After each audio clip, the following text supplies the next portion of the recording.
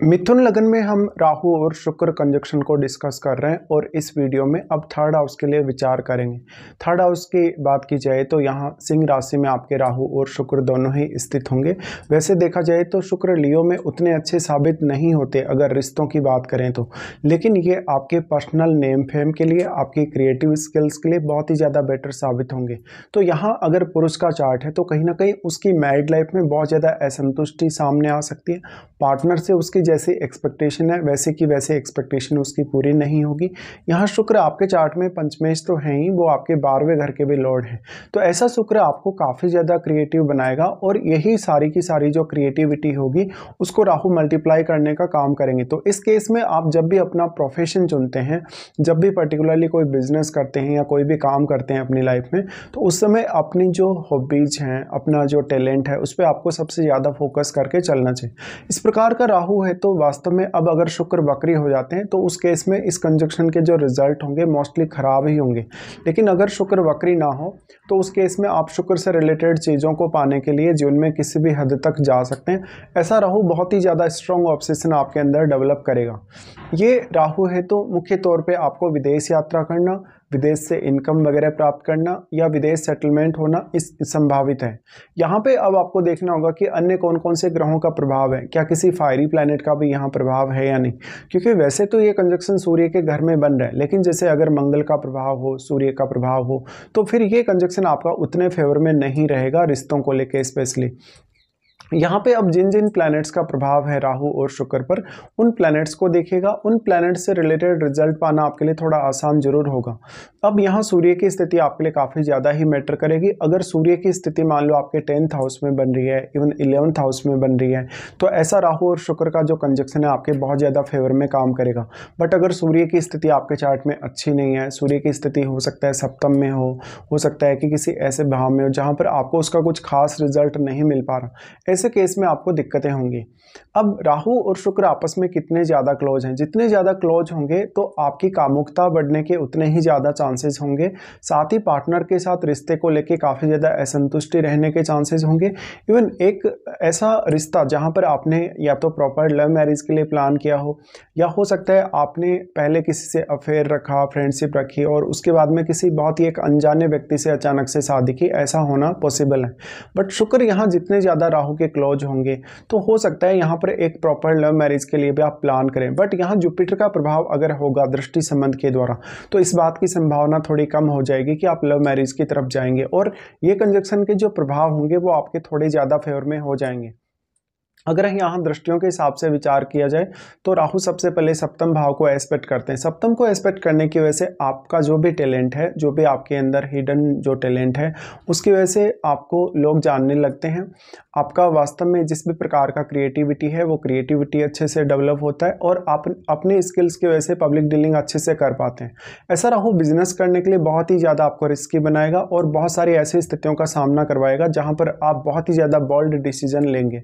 अब अगर मान लो आपके चार्ट में सूर्य बहुत मजबूत स्थिति में है तो इस प्रकार से आप जीवन को लेके कोई भी रिस्क ले सकते हैं, लेकिन ऐसा राहु रिश्तों को लेके उतना अच्छा साबित नहीं होगा। फिर आपका यहाँ जुपिटर जो है बहुत ही अच्छी कंडीशन में चार्ट में हो तभी ऐसा पॉसिबल होगा। इस प्रकार का राहु दृष्टि डाले सप्तम भाव पे तो जीवन साथी से बेहद असंतुष्टि लाता है, कभी कभी बहुत ज़्यादा अनबन या विवाद ला सकता है। अगर किसी भी क्रूर ग्रह का प्रभाव है आपके सप्तम भाव पे, जैसे शनि का प्रभाव है, इवन अगर मंगल का प्रभाव सप्तम पे है, सूर्य का प्रभाव सप्तम पे है, तो जीवन साथी के साथ अक्सर फाइट्स ला सकता है। तो फिर आपको काफ़ी ज़्यादा विवाद देखने को मिलेंगे। इसी तरीके से जब भी आप कोई भी बिजनेस करें तो आप इंडिविजुअली करें तो ज़्यादा बेहतर कर सकेंगे। इस प्रकार का राहु आपका मैरिज के बाद से कुछ फॉरेन कनेक्शन दिखाता है। साथ ही साथ अगर आपको फॉरेन से किसी भी प्रकार से इनकम प्राप्त होती है, आपका अगर फॉरेन सेटलमेंट का चांसेस अगर बनते हैं तो ये आपके लिए मोस्टली फेवरेबल होगा। यहाँ पे अब जो भी ग्रह सप्तम भाव में बैठा है वो ग्रह आपके चार्ट में किन किन भावों का स्वामी है, उन भावों को लेकर भी आपकी अपेक्षाएं काफ़ी ज़्यादा तीव्र हो जाएंगी और कुछ हद तक आप उन भावों से रिलेटेड अपना टैलेंट या उन भावों से रिलेटेड अपनी क्षमताओं को अपने बिजनेस वगैरह के लिए काम में ले सकते हैं। यहाँ पे अब अगर शुभ ग्रह होगा सप्तम भाव में बैठा हुआ ग्रह तो ज़्यादातर केस में जो प्रभाव होंगे उसके वो काफ़ी ज़्यादा आपके फेवर में होंगे और आपका पार्टनर कुछ हद तक आपके लिए सपोर्टिव होगा। लेकिन जिस प्रकार की अपेक्षा आप स्वयं अपने जीवन साथी से रख रहे हो सकता है कि जीवन साथी उस वे में आपको सपोर्ट नहीं कर पा रहा हो। उसके बाद राहु और शुक्र दोनों ही एस्पेक्ट कर रहे हैं आपके नवम भाव को। नवम भाव का एक्सपेक्ट किया जाना, यहाँ थोड़ी डिफरेंट स्थिति होगी क्योंकि नवम में केतु स्थित होंगे। केतु स्थित होंगे तो यहाँ वो, क्योंकि अब अपने साथ बैठे हुए ग्रह की एनर्जी तो काफ़ी ज़्यादा एब्जॉर्ब कर ही रहे हैं। राहु और शुक्र से जितना भी एनर्जी मिल रहा है केतु को, वो एनर्जी भी यहाँ केतु एब्जॉर्ब कर रहे हैं। तो जो भी ग्रह केतु के साथ बैठा होगा आपके भाग्य स्थान पे, उस ग्रह के लिए आपको ज़्यादा हार्डवर्क करना होगा। वो ग्रह आपके चार्ट में जिन जिन भावों को रिप्रेजेंट कर रहे हैं, उनके लिए आपको कुछ एक्स्ट्रा एफर्ट्स करने होंगे। साथ ही लेकिन यहाँ राहु एक सीमा तक ही केतु को प्रभावित कर सकते हैं, क्योंकि इनके बीच में जो एंगल है 180 डिग्री का, वो बिल्कुल फिक्स्ड है। बट क्योंकि जो शुक्र की क्वालिटीज़ हैं वो बहुत ज़्यादा मल्टीप्लाई हुई हैं, शुक्र से रिलेटेड आपका टैलेंट बहुत ज़्यादा मल्टीप्लाई हुआ है, तो उस केस में शुक्र यहाँ ज़्यादा प्रभाव डालने में सक्षम है। बट जितना भी प्रभाव केतु पर पड़ेगा, उतना सारा का सारा एनर्जी केतु एब्जॉर्ब कर रहे हैं, तो यहाँ भी आपको एक थोड़ा डिससेटिस्फेक्शन मिल सकता है। अब ये जो स्थिति है, दोनों का जो प्रभाव नवम पर है, ये विदेश यात्रा करने, हायर स्टडीज़ की तरफ आगे बढ़ने, या जीवन में कुछ बहुत स्पेसिफिक कोई बड़ा टारगेट लेकर चलने के लिए तो अच्छा है। लेकिन जब भी आप रिश्तों की बात करते हैं, रिश्तों में अंडरस्टैंडिंग की बात करते हैं, अटैचमेंट की बात करते हैं, तो उसके लिए ये कंजक्शन उतना अच्छा साबित नहीं होता जब राहु और शुक्र दोनों का ही दृष्टि नवम पर पड़ रहा। उसके बाद यहाँ राहु एक्सपेक्ट करते हैं आपके 11th हाउस को।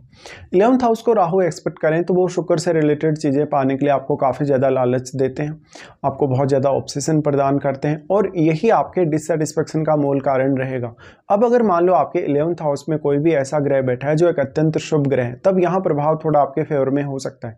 बट आपके चार्ट में मंगल का घर है 11th हाउस, इसलिए मंगल की प्लेसमेंट को भी देखना होगा, और यहाँ कौन कौन से अन्य ग्रहों का प्रभाव आपके 11th हाउस पर है, उन ग्रहों को देखना होगा। तो आपको उन्हीं ग्रहों से अब ज़्यादा मदद मिल सकती है। साथ में जो 11th हाउस में बैठा हुआ ग्रह है, वो आपके चार्ट में जिन जिन भावों का स्वामी है, उन भावों से आपको बेहद मदद मिलने के चांसेस हैं। राहु यहाँ क्योंकि 7वें और 11वें दोनों को ही कनेक्ट कर रहे हैं, इसलिए इस बात की पॉसिबिलिटी बहुत अधिक है कि आप मैरिज होने के बाद में बहुत ज़्यादा नेम फेम प्राप्त करेंगे, आप अपना बहुत ज़्यादा नेटवर्क बढ़ा हुआ देखेंगे। जीवन साथी के साथ पार्टनरशिप ना करके किसी और के साथ आप पार्टनरशिप करते हैं तो आप ज़्यादा बेटर कर पाएंगे। लेकिन यहाँ पर जो स्थिति है, इसमें आपको महादशा का रोल भी देखना होगा। क्या वास्तव में आपको राहु की या शुक्र की महादशा है या नहीं? अगर इन ग्रहों की आपको महादशा होगी तो इनके जो रिजल्ट्स होंगे वो आपके सामने बहुत ही ज़्यादा स्ट्रांगली आएंगे। लेकिन इनकी महादशा नहीं होगी तो हो सकता है आप इनके जो रिजल्ट आपको मिल रहे हैं उनसे पूरी तरीके से संतुष्ट ना हो। इसके साथ साथ जहाँ जहाँ भी अब राहु का दृष्टि पड़ रहा है, यानी आपके सप्तम भाव, नवम भाव और आपके 11th हाउस, इन भाव में बैठे हुए ग्रहों को देखिए। अगर उनका राहु या शुक्र के साथ बहुत अच्छा संबंध है तो कुछ हद तक वही ग्रह आपको ज़्यादा सपोर्ट कर सकते हैं। लेकिन केतु यहाँ नवम में होने से आप अपने भाग्य से कोई बहुत बड़ी उम्मीद नहीं कर सकते हो। साथ में आपको लेकिन फिर शनि को भी देखना होगा। तो राहु और शुक्र का जो कंजक्शन है, ये काफ़ी इंटरेस्टिंग और काफ़ी इंपॉर्टेंट कंजक्शन है आपके चार्ट में। अब इस प्रकार का जो जातक होगा, अगर वो फॉरेन सेटल होता है, अगर अपना जन्म स्थल छोड़ के कहीं दूसरी जगह सेटल होता है, तो वो भौतिक सुख सुविधाओं के मामले में, लग्जरी के मामले में थोड़ा ज़्यादा बेटर कर पाएगा।